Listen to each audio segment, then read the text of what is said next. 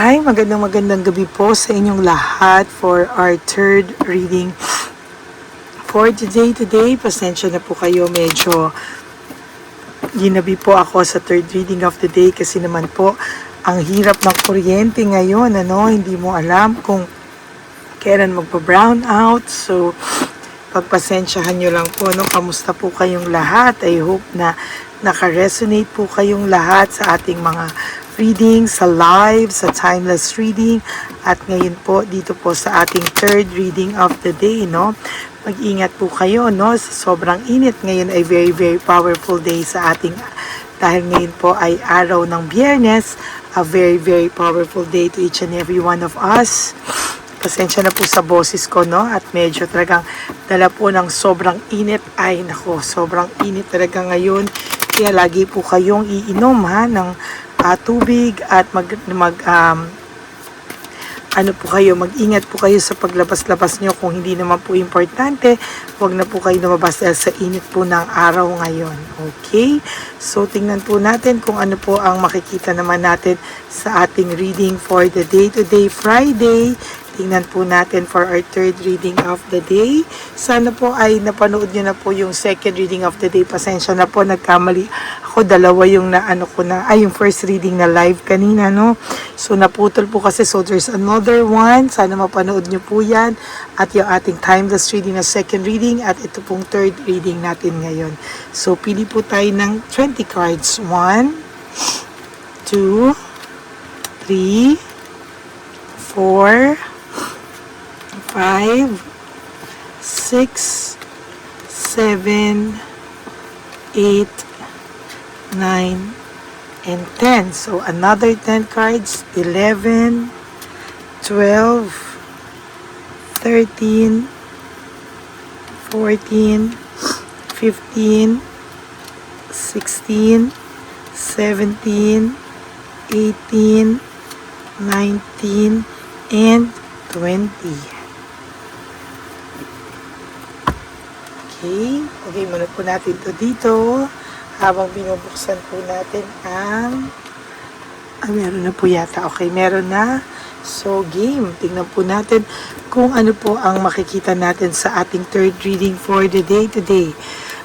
Gusto niya pong maglakbay, gusto niya pong makapag-reflect, gusto niya pong mag-isip-isip muna kung ano po ba ang mga nangyayari sa kanyang buhay, kung ano po ba ang dinadala niya sa kanyang buhay, at kung ano daw po ba ang kailangan niya pa sa kanyang buhay, Marami po kasi na hindi niya po alam kung ano po ang kanyang gagawin sa mga susunod. Gusto niya pong maglakbay, gusto niya muna pong lumayo,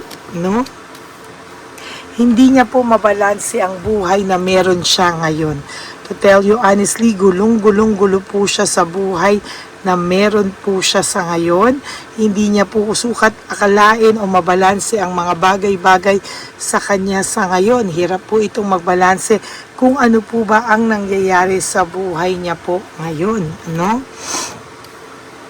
Feeling niya po masaya ka na, feeling niya po nakaka-move on ka na, feeling niya po unti-unti ka nang nakaka-adjust sa buhay mo nang wala siya. Ang pakiramdam niya po o ang pakiramdam ng taong ito ay nakakaya mo na nang wala siya sa buhay mo.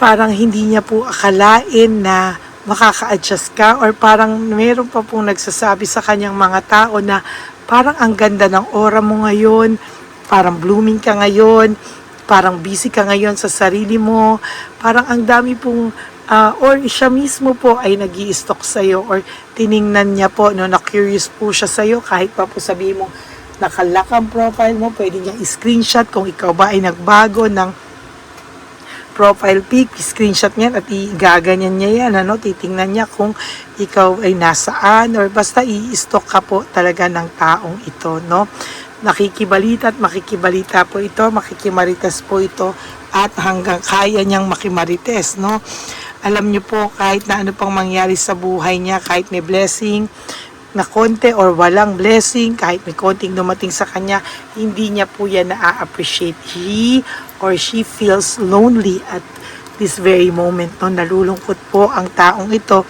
at hindi niya po alam kung ano po ba ang nangyayari sa kanya sa mga oras na ito,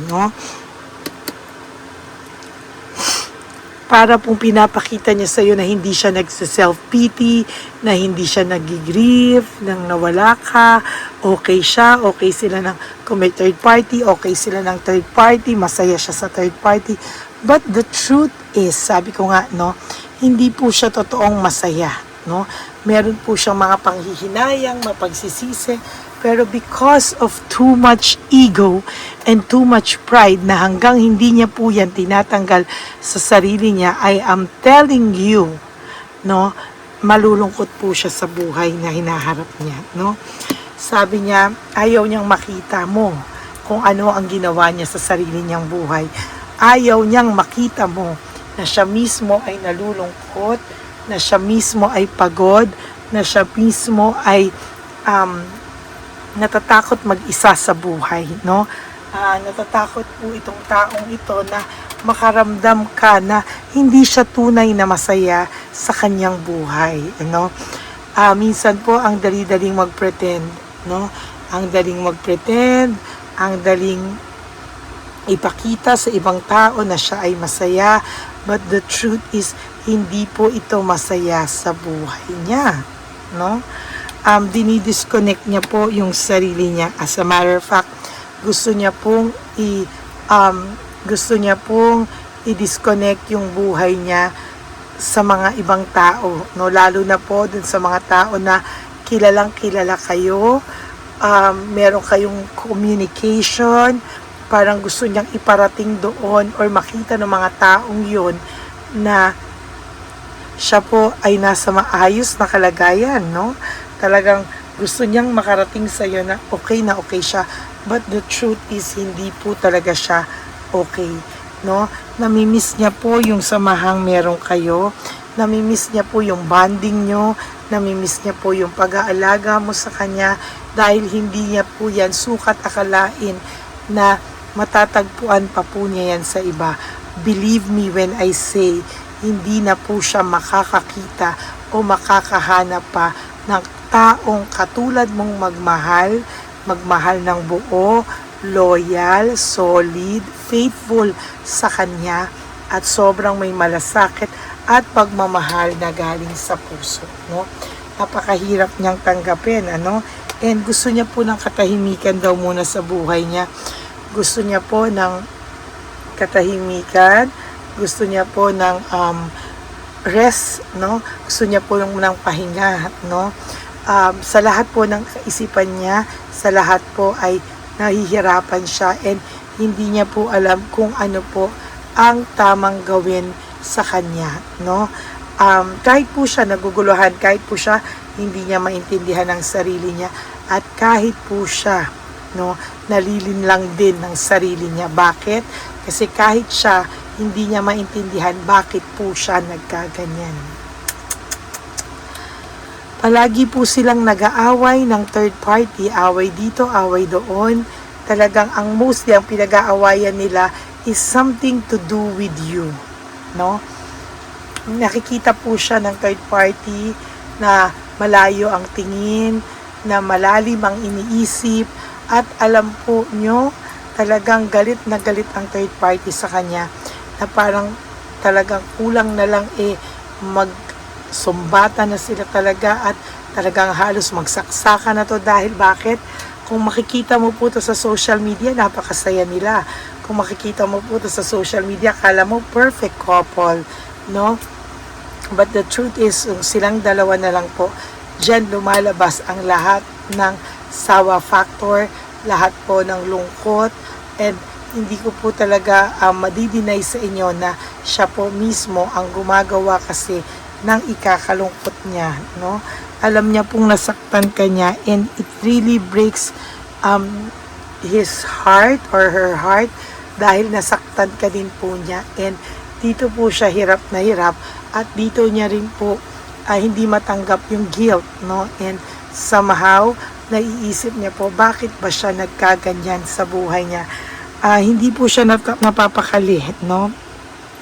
Lalo na po pag may hindi ito nababalitaan sa iyo, or hindi po siya nakakakuha sa iyo ng update sa ibang tao, hindi siya nakakastalk sa iyo, o wala siyang makuhang update sa iyo, hindi po ito nakakatulog. That is why sometimes nagigising ka talaga or hindi ka po nakakatulog.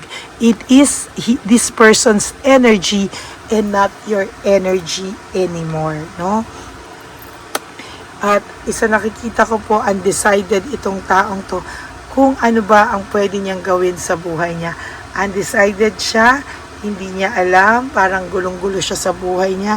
And sana daw, no, at the back of this person's mind, sana daw dumating ang araw na magkaroon pa ng kapatawaran sa puso mo para sa kanya, no? Maybe ngayon hindi niya mapakita sa iyo, maybe ngayon for some of you inaaway pa kayo, or for some of you nag-aasara kayo, but deep inside this person's heart nagpapapansin lang sa ito dahil hindi niya alam kung paano niya po makukuha yung atensyon mo, dahil alam niya po na siya ang dahilan na nag-cross the line na po talaga siya sa iyo at sumobra na po talaga ang taong ito sa iyo. Napaka walang takot po niya, no? Full of adventure ang taong ito, sugod ng sugod nung times na gumagawa siya ng mga kasinungalingan sa iyo, panloloko sa iyo, pero wala siyang kakabakabahan ang ginagawa niya yan. Pero sabi ko nga sa iyo, this time naaapektuhan na rin ang person niyo, no? Whether you like it or not, naaapektuhan na rin po siya. And sabi sa iyo, ang dami pong sumasaksak sa person nyo ngayon, left and right, hindi mo alam, ang dami po sa kanyang hindi makatarungan na nangyayari sa buhay niya. And to be honest with you, hindi niya na po alam minsan paano niya po ito lalabasan, lalo na po nasanay siya sa samahan na may malasakit sa kanya, na may pagmamahal sa kanya, at hindi niya po alam kung makikita niya pa po yung connection nyo, yung relationship nyo, yung connection nyo sa samahan niya sa ibang tao. Parang malabo na daw pong makita niya pa yan sa iba. Ayaw na ayaw niya rin po na pinagchichismisan siya. Ayaw na ayaw niya rin po na ayaw niya rin po na nakakalabas lahat ng kalokohan niya. At ayaw na ayaw po lalo niya na makarating po sa'yo kung ano man po ang mga nangyari sa buhay niya. No? Very unsatisfied, very unstable. Wala po ito masyado ngayon. Pagod po ito sa buhay. At sa totoo lang po, kasalanan niya po yan. And siya po ang may deserve niyan.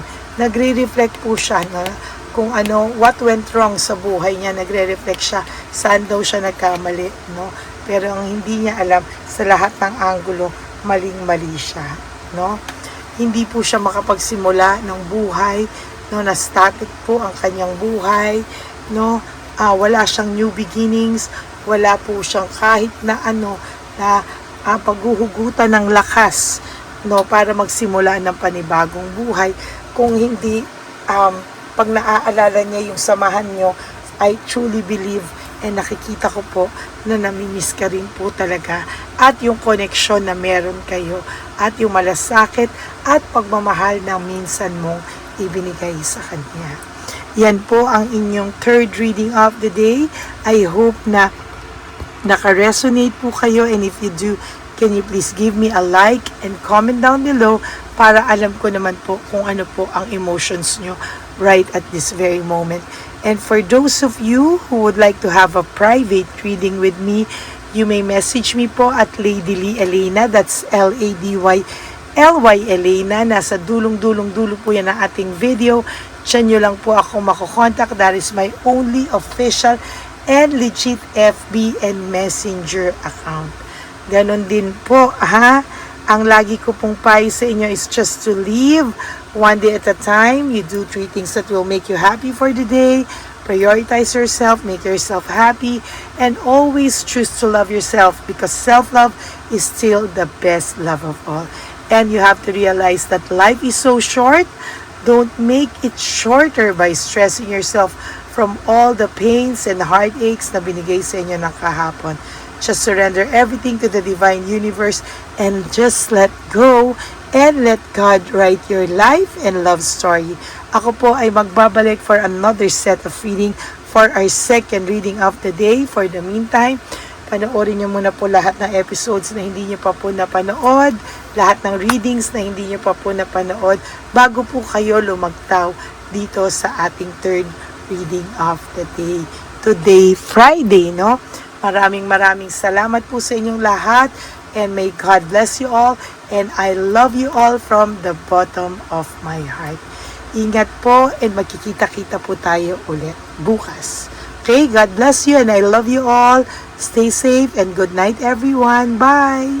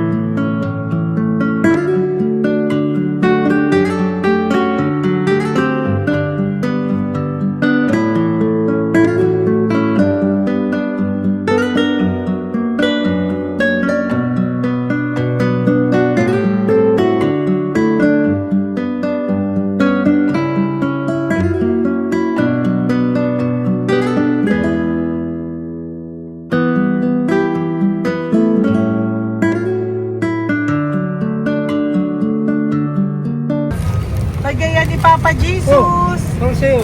Ito pa no. Go ahead. Pera. Wala na, that's it? Ito po pera. Ito pa pera, oh. Bigay ni Papa Jesus. Kain mo yan, ha? Wala ka ng pera dyan, ha? Okay lang kami. Para sa iyo yan, para sa iyo. Yan ang isip niya. Pagkain mo yan, ha? Saan ka pa? Bye-bye. Yung pagkain mo kunot. Bakit? Lagay mo lang po dito. Pati po. Taga po, may bibigay na po kami sa'yo. Bigay po ni Papa Jesus. Yan, para po sa'yo yan. Ingat po.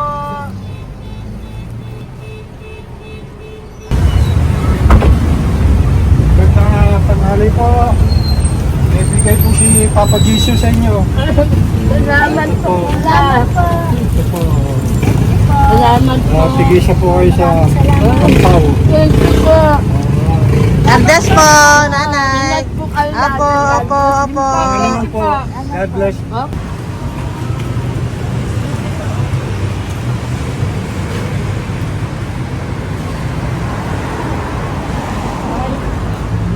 Bigay po ni Papa Jesus sa inyo.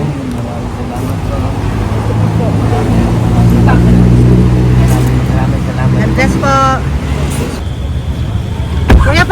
po yan ha. Tayo ka ba nandyan? Hindi po. Dito po, nasa timbahan po. Ah! Sa music ministry. Doon ka nakapwesto. Opo. Sige po, labay po. Dapat po, ingat.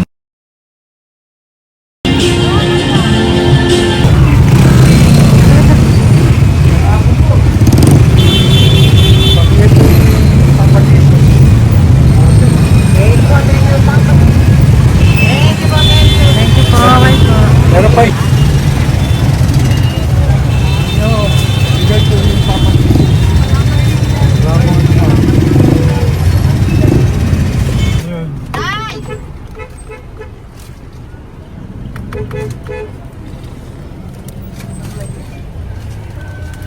Good. Tay, para sa iyo po, bigay po ni Papa Jesus. Papa Jesus, eh. Tay, bye-bye. God bless to, God bless. Para sa iyo po, bigay po ni Papa Jesus. Ayan po, bigay po yan sa iyo ni Papa Jesus. Thank you po.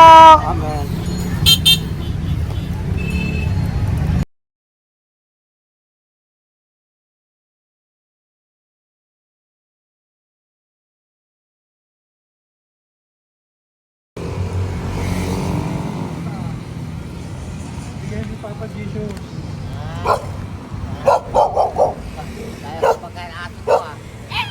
Madami mong aso, kuya. Alaga mo lahat yan? Hindi na size yan. Nasa niya iba? Ay, talaga? E, paano pagkain yan, kuya? Saan mo kinukuha? Lahat. Ang dami. Ang dami niya pong aso. Oh, ang daming aso ni kuya. May nagbibigay sa inyo pagkain? Okay po. Hayaan mo kuya, pag nadaan ako, bibigyan kita ng dog food dito ha. Dito ka lang ba lagi? Dito ako lang tutulong. Okay po, sige. Okay po. Marami din akong aso sa bahay eh. Okay po. Isa. Kuya, pangkain mo yan, kuya.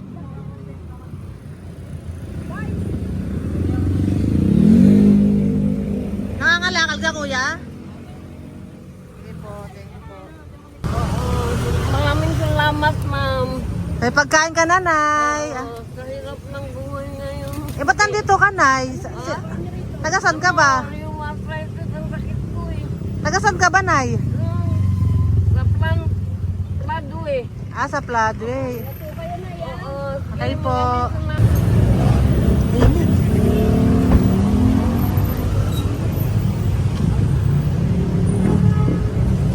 Nay!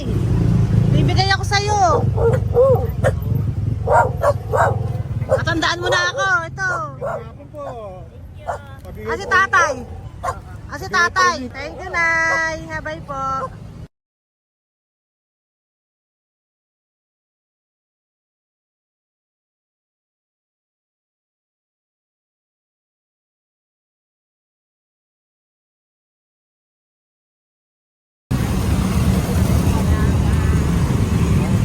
God bless, Nay. Thank you po.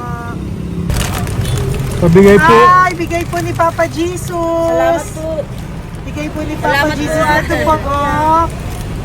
Salamat po. Bigay po ni Papa Jesus. Ito pa po. Salamat po, tay. Salamat po, tita. Bye-bye po.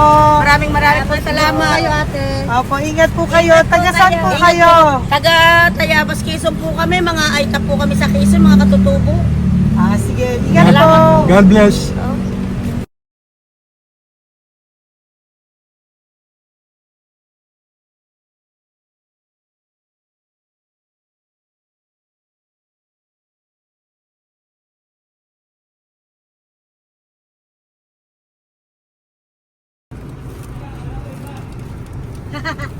Tay, Tinatawag niya bigay po ni Papa Jesus. Thank you po.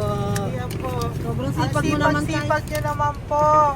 Kanina po kasi, taglagas ngayon, taglagas. O, pang merienda niyo po yan, Sige po, ha? salamat po sa inyo. Tapos yung road bags po, Kala ko uwi sino niyo po. binubusinahan niya eh. Sige Thank po, you na bye-bye po. Thank you po, salamat po, bye-bye.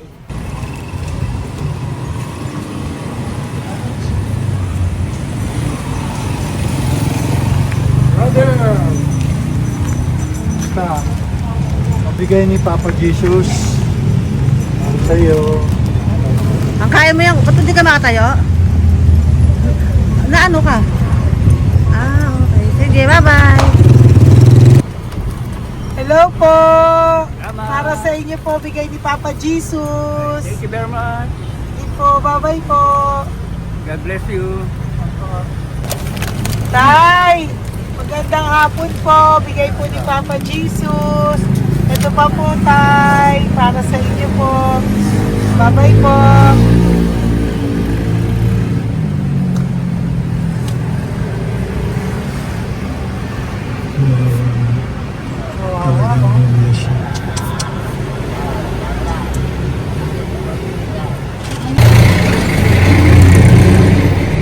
Ate!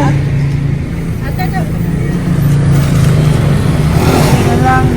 Baka maano siya. Ito po, oh, bigay po sa'yo ni Papa Jesus. Ito pa po, oh. Pera po.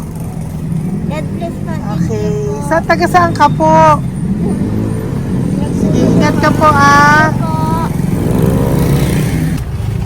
Hello po, magandang hapon po. Ano po? Bigay po sa'yo ni Papa Jesus. Thank you, madam. Tsaka ito pa po, para po sa'yo. Salamat. Thank you po, ingat po.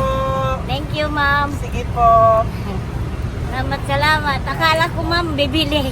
Ay, hindi po, para sa'yo po yan. Bye-bye Thank you, po. ma'am.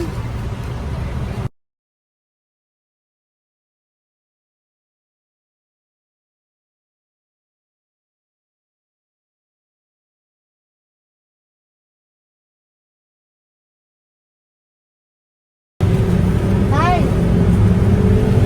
Hirap na hirap. bibigay po ako ng goso. Hirap Dito siya. po tayo, dito sa kabila. Hindi mo siya lies pa yan. Kawawa naman. Tay, magandang araw po. Oh, Lord. Bigay po ni Papa Jesus. Ay, ito po, ano, pangdagdag po. Pagdagdag po, bigay po ni Papa Jesus. Thank you po. Thank you po. Kawawa naman. Diyos ko, hindi na siya makaano po. Ano? Dapat may tatawagin lahat. Ano kami yan? Nalilito ko lang. Siyempre, ang bigat niyan.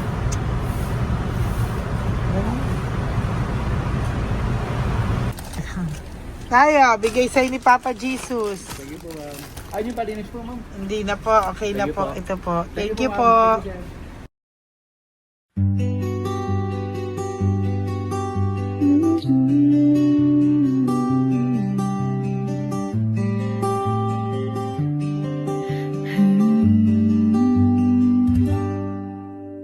Nasa panahon ako ng kalungkutan, panahon na hindi ko alam ang gagawin.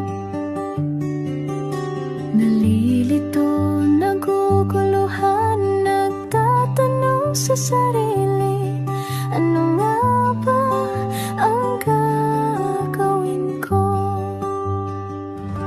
Nang biglang nag-browse ako sa YouTube at biglang lumabas ang channel mo, ang mensahe na noon ay nilabas mo. Angkop sa nadarama ko.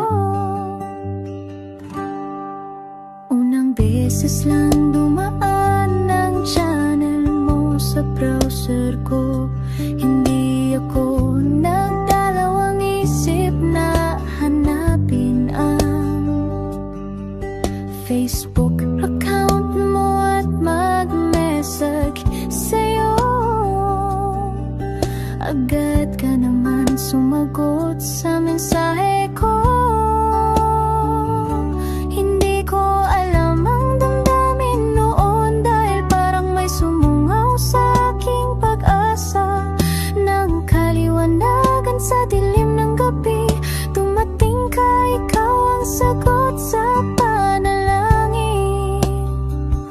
Salamat dumating ka at nakilala kita, madam.